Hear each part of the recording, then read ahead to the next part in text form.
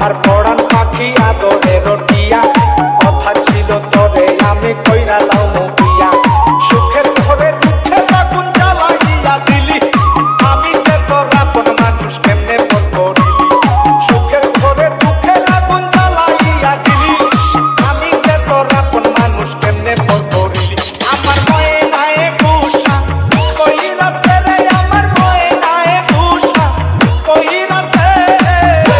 গুসা কইরা পরের ঘরের ময়না বউ হইয়াছে।